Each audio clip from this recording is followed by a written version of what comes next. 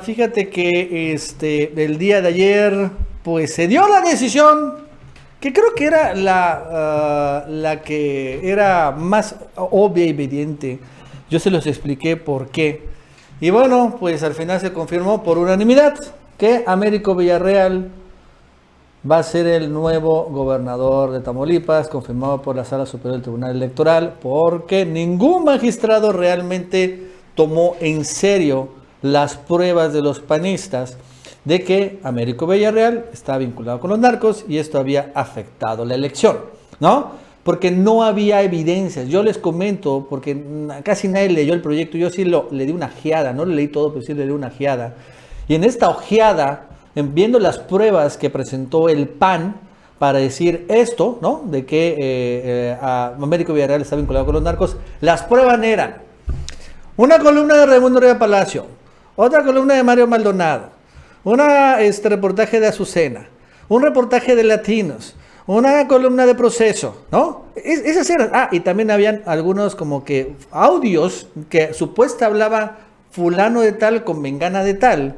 Y en esto, ¿no? Ahí se decía así en ese audio, es que yo sé que Américo Villarreal está vinculado con los narcos. Así decía el audio, ¿no? Es lo que se escuchaba, pero realmente no era un audio. Y los panistas decían, fulano de tal es el tío y mengano de tal es el narco.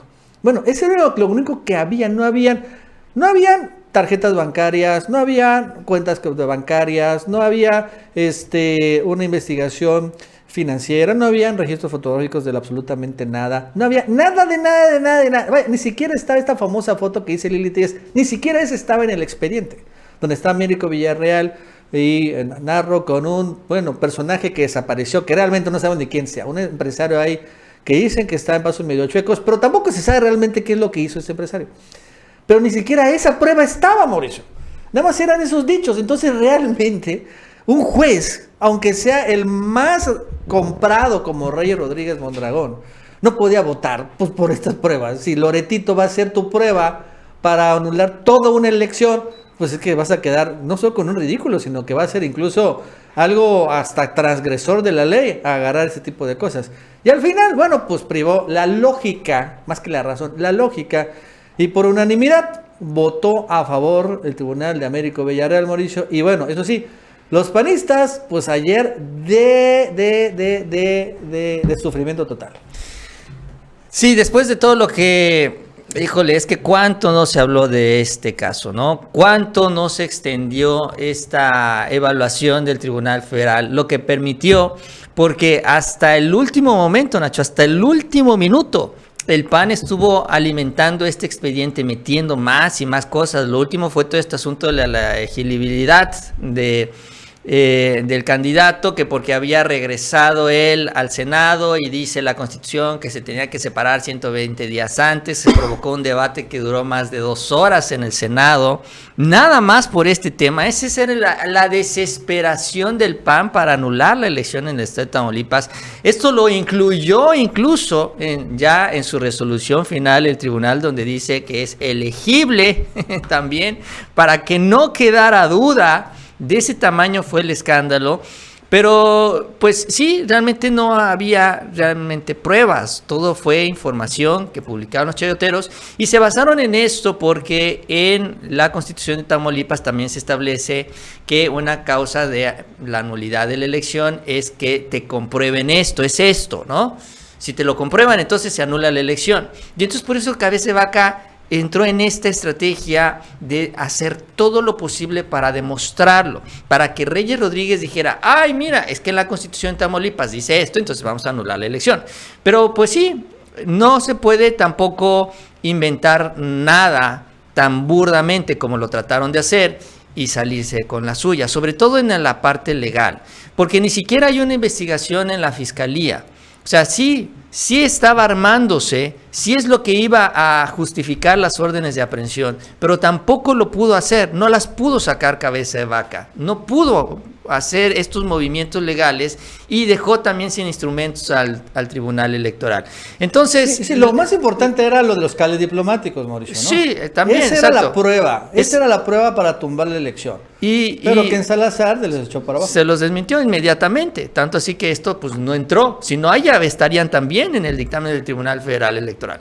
Entonces, Cabeza de Vaca tenía esta estrategia, no le funcionó, no pudo cerrar la pinza, afortunadamente, y a los magistrados pues no les quedó otra, sobre todo quienes estaban ahí de ese lado cuidando sus intereses, como el caso de Reyes Rodríguez Mondragón, que validar la elección. O sea, yo creo que le dijeron a Cabeza de Vaca, le habló a Roberto Gil, ¿sabes qué? Así como está, la tengo que validar. Punto, ¿no? Y se tomó la decisión y ya hay gobernador electo. Sí, es que, Mauricio, no había otras pruebas. O sea, no había otra prueba más que la columna de Raimundo Riva Palacio. O sea, honestamente, esa es la prueba. Que dice que es narco. Esa es la prueba. La columna de opinión. Columna de opinión se convierte en una prueba. A ver, ¿cuándo la opinión es un dato o es un hecho? No, es contradictorio. Una cosa es la opinión, lo subjetivo, y otra cosa son los datos o los hechos, lo objetivo. O sea, entonces, la otra, Mauricio, que también dicen, es que Marcelo Ebrard fue sancionado. Eso también es falso, Mauricio. Es completamente, dicen que Marcelo Ebrard incidió en la elección. Eso también fue falso. ¿No? Porque, y que yo vi también el proyecto, que dicen que efectivamente Marcelo Ebrard pero dice, estuvo en un evento partidista, en un municipio, por algunas horas, y nada más, que no influyó en la elección, pero sí metieron a Marcelo Ebrard, como que lo metieron en una especie de catálogo. Él es que sí hubo una sanción en contra de Marcelo Ebrard, ahí intentando también, en esta idea que tiene el Tribunal Electoral, de sancionar a los corcholates, ¿no? Pero bueno, de todos modos, tampoco influyó Marcelo Ebrard, y porque querían también, pues que porque fue Marcelo Ebrard a un evento ya querían anular la elección. Eso también tampoco se pasa. López Obrador ya habló sobre el tema, y bueno, al final señaló que se encontraba satisfecho con esa resolución del tribunal. Vamos a escuchar al presidente. Decir que estoy satisfecho con la resolución del tribunal, porque no convenía un conflicto postelectoral y creo que se tardaron los magistrados, pero al final siento que resolvieron bien.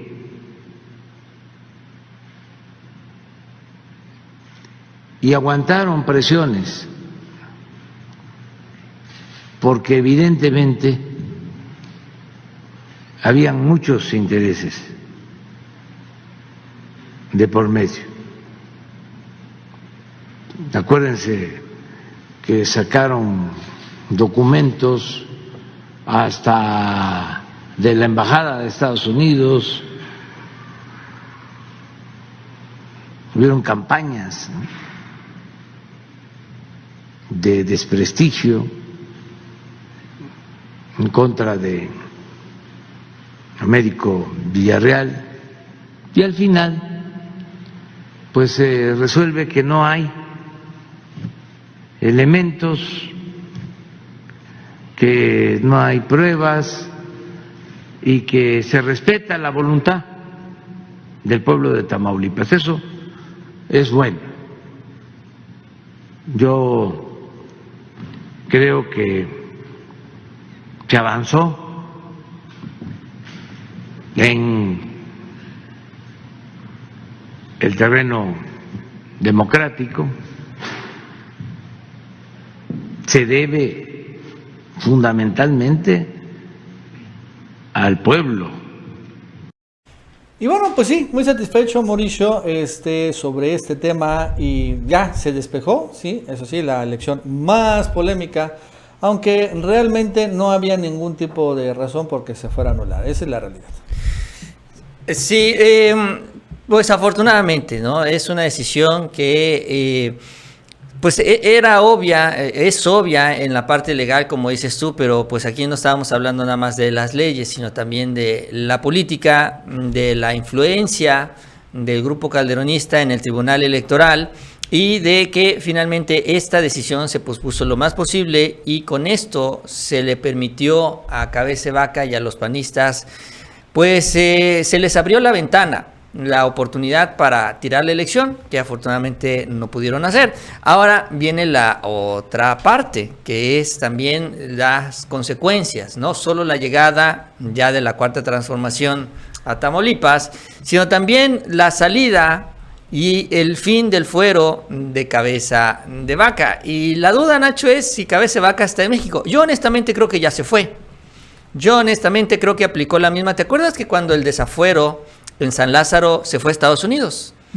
¿No? Yo creo que aplicó exactamente lo mismo. Yo creo que cuando Reyes le habla a Roberto Gil Suárez, ¿sabes qué? Va a salir la decisión a favor de la elección, en ese momento se peló. Ya sea un día antes o ese mismo día en la mañana, finalmente yo creo que ya no está en el país y bueno, ya está viendo cómo va a ser para defenderse. Porque sí, la verdad es que sí la tiene difícil entre la investigación que lo llevó al desafuero por parte de la Fiscalía, de la Unidad de Inteligencia Financiera, y lo que le va a encontrar a Américo Villarreal, que ya de lo que ha trascendido, de lo poco que le dieron en la entrega-recepción, son ya varias cosas que le encontraron. Y recordando que también el que está detrás de la investigación de Cabeza de Vaca es Santiago Nieto, el hoy fiscal de Hidalgo, pero que también era el encargado de la transición de Américo Villarreal, pero en particular fue un personaje que tiene es conflicto personal con Cabeza de Vaca. ¿Y por qué es personal? Bueno, porque uno de los asesores de Cabeza de Vaca también bien embarrado es Roberto Gil Suárez, ¿se acuerdan? Pero este personaje, Roberto Gil Suárez, es ex esposo de la esposa de Santiago Nieto, ¿no? De Carla Humphrey. Entonces ellos fueron esposos, ya se separaron, claro, y esto pues genera que haya algo muy personal en contra de Santiago Nieto, en contra de Roberto Gil Suárez. Y bueno, al final siempre lo personal supera lo político, incluso en la política. Y bueno, por esa razón también hubo pues un pleito ahí muy fuerte, y sigue habiendo un pleito muy fuerte entre Santiago Nieto y Cabeza de Vaca. Y bueno, la verdad es que Santiago Nieto no lo va a dejar escapar, ¿no? Él fue el que impulsó el desafuero, el que hizo la investigación, el que encontró todo esto que también vimos en el desafuero y otras cosas más, bien dice, seguramente han encontrado ya con la transición. Y bueno, es el encargado, Santiago Nieto, de llevar a la cárcel a Cabeza de Vaca. Y también se puede, claro, a Roberto Gil Suárez, y si se puede al saco de bus Javier Lozano, y si se puede al propio Felipe Calderón Hinojosa. Yo creo que Santiago Nieto se vaya a parar en esta búsqueda por esto de los dichos de López Obrador. No, yo no creo, honestamente, ¿no? Por eso creo que es el indicado también para ello. Y bueno, pues va con todo, ¿no? Entonces, ahí sí, tal vez Cabeza de Vaca ya se encuentra ahorita en Dallas. Cabeza de Vaca tiene ciudadanía estadounidense, no sé si lo sepan. Pero también a Estados Unidos como que ya no, los corruptos no deben confiar mucho en ellos. O sea, Estados Unidos entregó a Mauricio García Luna, entregó a César Duarte. Sí, también. Por eso ahorita se escapa mejor a España o se van a Israel. Allá no es tan fácil todavía esto, ¿no? España nomás entregó a Lozoya, y eso porque Lozoya él mismo acabó entregándose. Pero no fue como que lo arrestaron y como sucedió con estos personajes. Pero habría que ver cómo funciona la extradición siendo él ciudadano estadounidense, ¿no? Porque ellos no eran ciudadanos estadounidenses. Y pues también Mauricio en Estados Unidos está abierta una investigación contra Cabeza de Vaca. Acuérdate que el FinCEN, que es como la UIF gringa, también investiga las propiedades de Cabeza de Vaca. O sea, también está ahí metido. Y si bien no dudo que algunas agencias estadounidenses, como la Homeland Security, tal vez la DEA, apoyan a Cabeza de Vaca, otras agencias, pues no. Es que hay un montón de agencias en Estados Unidos. Hay un montón. Hay más agencias que gobiernos. Entonces, hay otras como el FinCEN que tienen ahí investigado bien a Cabeza de Vaca. Y la verdad es que si te confías en los Unidos, Mauricio, es una tontería a los corruptos confiarse en los Estados Unidos. Ve quién tumbó la prueba madre de Cabeza de Vaca, el embajador estadounidense Ken Salazar. Él fue el que lo tumbó, no fue ni López Obrador. Entonces, yo creo que este será un error, pero vamos a ver qué acaba, Mauricio. Sí, será una prueba para el gobierno de los Estados Unidos. Una vez que avancen estas investigaciones, no hay noticias de la Fiscalía, no se sabe qué es lo que va a hacer. Yo aquí creo que debería ser un poquito más puntual, porque es un asunto que interesa a millones de mexicanos. ¿Cuál será la acción? Si estará reactivando la orden de aprehensión en contra de Cabeza de Vaca, si es que alguna vez se desactivó, ¿no? Si están listos, si van a hacer un operativo, ¿no? En la toma de protesta, si ya hay una alerta migratoria. Esto también es importante por parte de la Secretaría de Gobernación. ¿Qué van a hacer, pues, para que se cumpla la ley?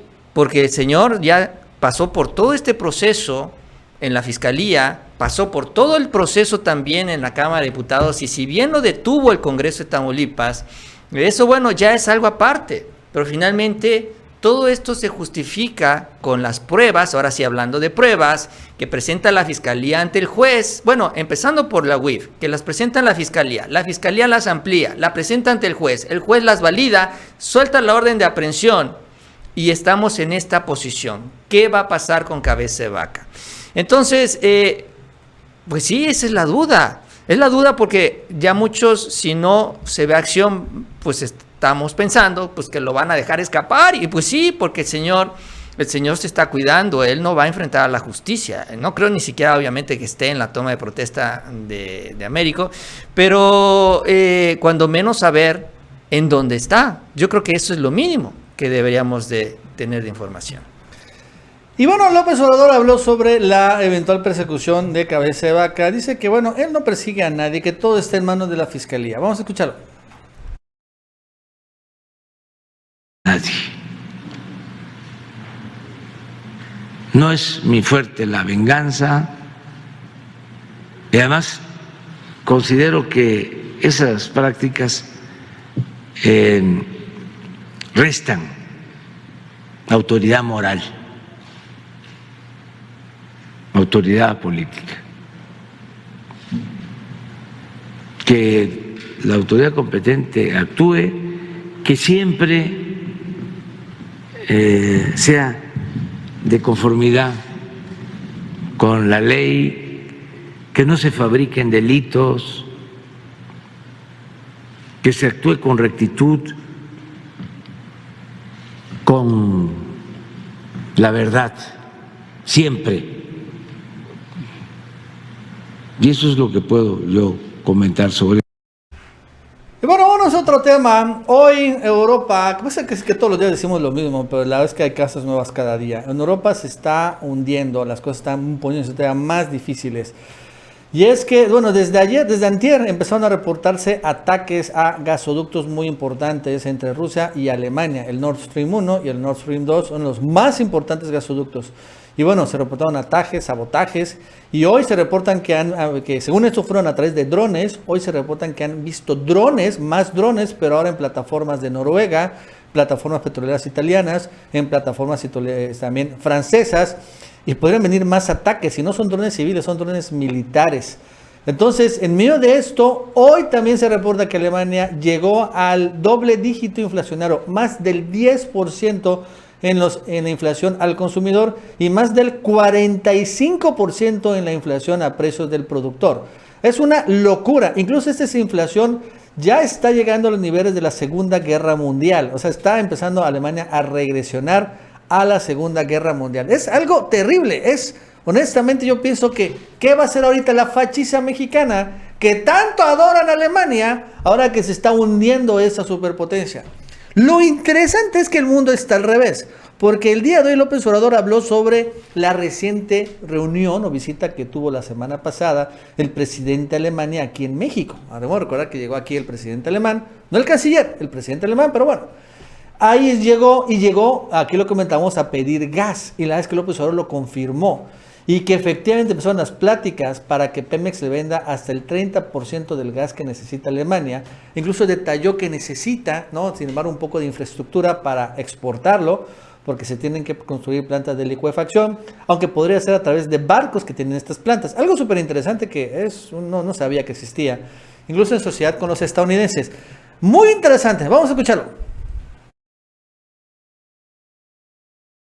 Una de las cosas que afecta mucho, por ejemplo, a los gobernantes europeos, es la inflación y la falta de gas por el conflicto con Rusia, Ucrania.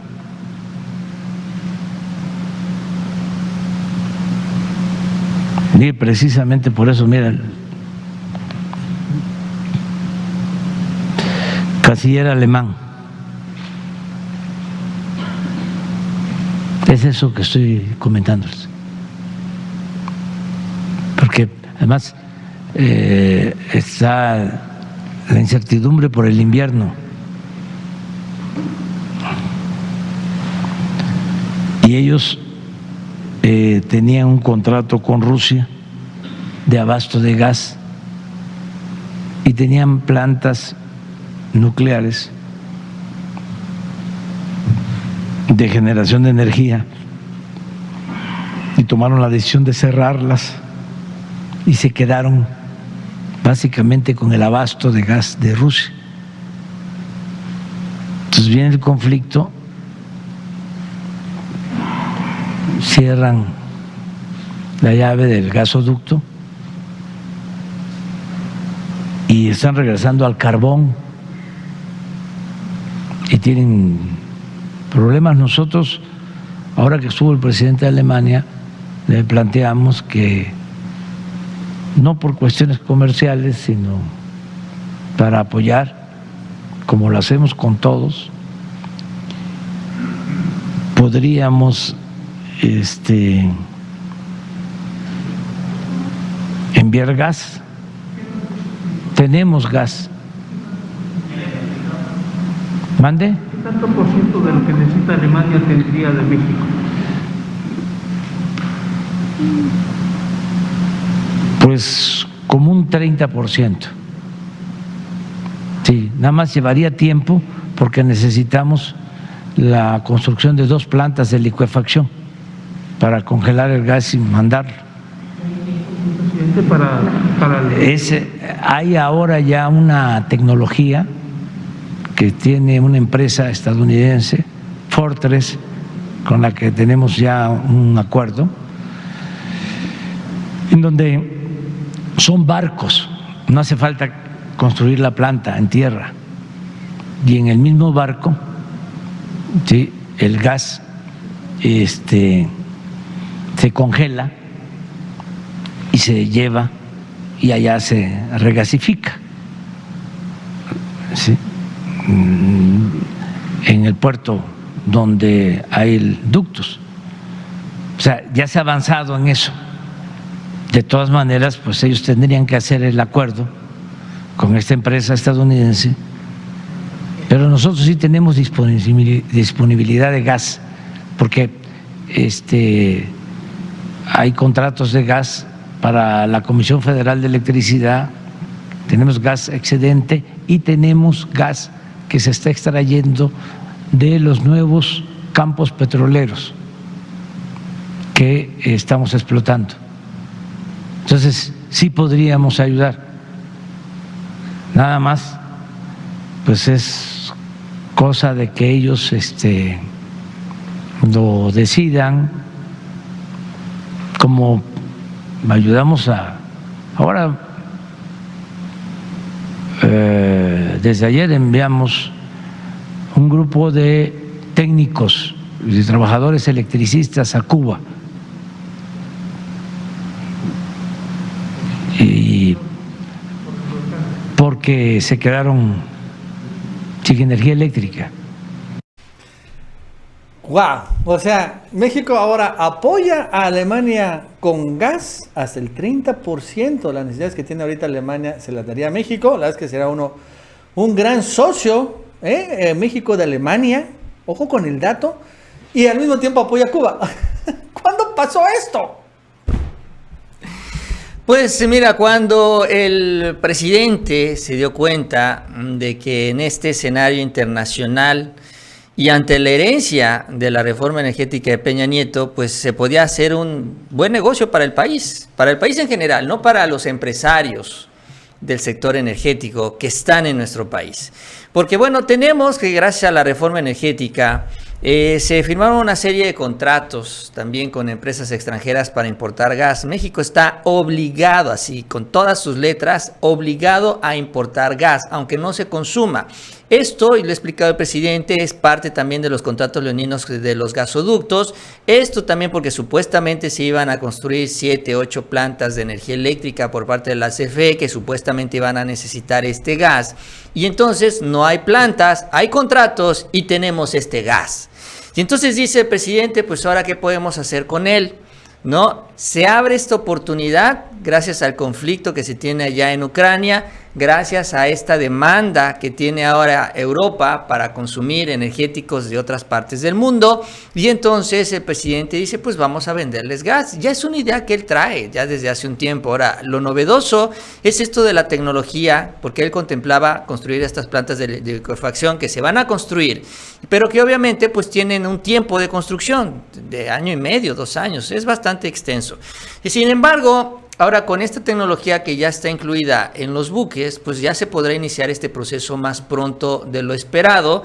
Ya incluso CFE también tiene programadas inversiones para llevar el gas a los puertos de exportación que serían Coatzacoalcos y Salina Cruz, ¿no? De esta manera cubriendo ya los 2 océanos, los 2 lados del continente, y en medio de ellas estaría el tren transísmico, con lo cual también ya el presidente tiene esta visión de que México se convierta en un punto central en el comercio internacional, siendo también miembros del Tratado de Libre Comercio con Estados Unidos y con la posición estratégica de que tenemos vistas o costas hacia los 2 océanos. Entonces, toda esta visión que está manejando el presidente poco a poco se va aterrizando. Incluso el tren transísmico es la obra más subvalorada, por decirlo así, de todas las obras de infraestructura. Para mí es la más importante para el país. La herencia más relevante que quedará por parte del gobierno del presidente será este corredor transísmico, porque esto permitirá que se desarrolle toda la otra mitad de México que ha sido olvidada en los sexenios anteriores, que es el sur-sureste del país. Y que es lo que falta. O sea, realmente el norte se ha desarrollado de manera importante gracias al comercio con Estados Unidos, pero ahora con este comercio global, el resto del país podrá desarrollarse. Y con el paso del tiempo y con la visión, y esperemos que esta visión también se fortalezca con los nuevos gobiernos, este corredor transísmico se convertirá en una parte importantísima para el comercio internacional, siempre y cuando así lo impulsen los próximos gobiernos. Entonces, para mí, esta es la principal obra que heredará el presidente, y tanto así, tan importante es que ya desde ahorita, incluso sin estar concluida, esta zona estratégica servirá ya para esto, para exportar energéticos al extranjero.